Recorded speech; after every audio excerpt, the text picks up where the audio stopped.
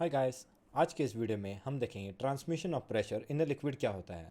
Pascal नाम के एक फ्रेंच साइंटिस्ट ने ये कहा था कि the pressure exerted at any point on an enclosed liquid is transmitted equally and undiminished in all directions। इसको अगर सिंपलर वे में समझें तो अगर आप किसी भी लिक्विड पे एक प्रेशर एक्सर्ट करते हैं किसी भी पॉइंट पे, तो वो इस प्रेशर को इक्वली डिस्ट्रीब्यूट कर देगा ऑल डायरेक्शंस में।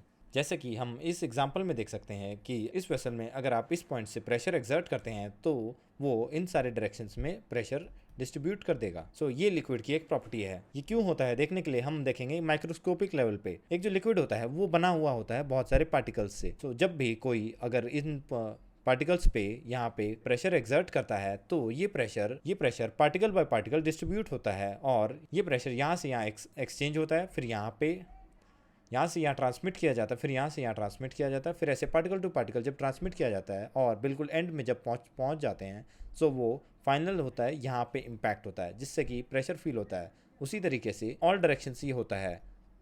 यहाँ पे जब ये पार्टिकल यहाँ तक पहुँचेगा तो यहाँ पे प्रेशर एक्सर्ट होगा। इसलिए ये जो पार्टिकल्स हैं ये फ्रीली मूविंग पार्टिकल्स होते हैं लिक्विड में डेंसिटी के अकॉर्डिंग। जितनी कम डेंसिटी होगी उतने ज़्यादा पार्टिकल्स फ्रीली मूवेबल होंगे एंड जितनी हाई डेंसिटी होगी उतने कम मूवेबल।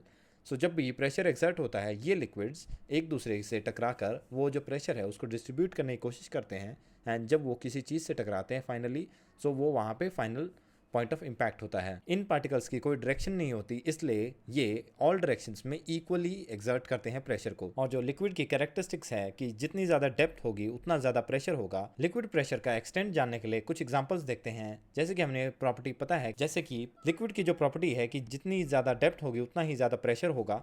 उसके अकॉर्डिंग कुछ एग्जांपल लेके देखते हैं। जो ओशन में उतरते वक्त जो डीप सी डाइवर्स होते हैं वो ऐसे स्पेशल शूट्स पहन के जाते हैं ताकि उनके ऊपर जो ओशन का जो प्रेशर है वो कंट्रोल में रहे एंड वो उस प्रेशर को झेल सके, क्योंकि जो डीप सी में जो प्रेशर होता है वो इनफ होता है एक ह्यूमन बॉडी को क्रश कर देने के लिए। उसी तरीके से दूसरा एग्जांपल देखते हैं कि जब भी कभी डीप सी फिशेस को फिश करके सरफेस पर लाया जाता है तब अक्सर उनकी बॉडीज एक्सप्लोड हो जाती हैं, क्योंकि जो डीप सी फिशेस होती हैं वो काफ़ी हाई प्रेशर पे होती हैं ताकि वो जो डीप सी का जो प्रेशर उनके ऊपर है उसको झेल सकें।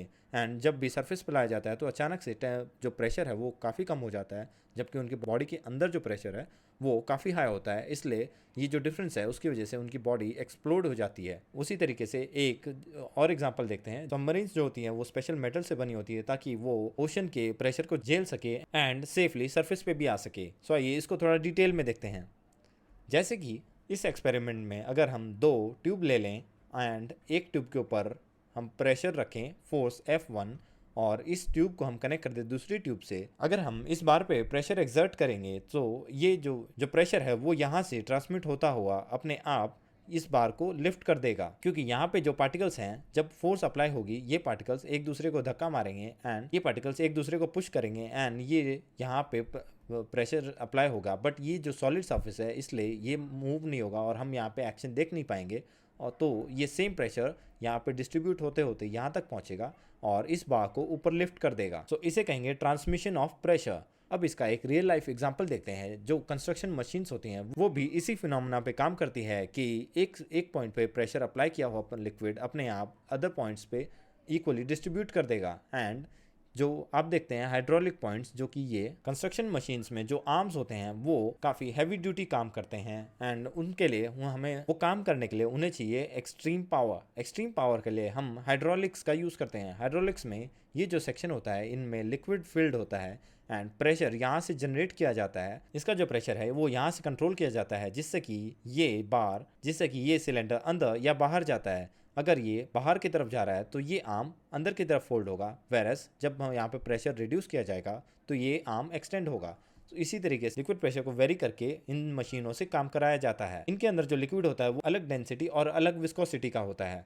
ये लिक्विड्स वेरी करते हैं एप्लीकेशन के हिसाब से। लिक्विड्स को यूज करके काफ़ी ज़्यादा हाई प्रेशर क्रिएट किया जा सकता है जिससे कि हैवी ड्यूटी वर्क इजीली किया जा सकता है। ये थे लिक्विड प्रेशर के कुछ एप्लीकेशंस। आज के वीडियो में हमने देखा transmission of pressure in a liquid.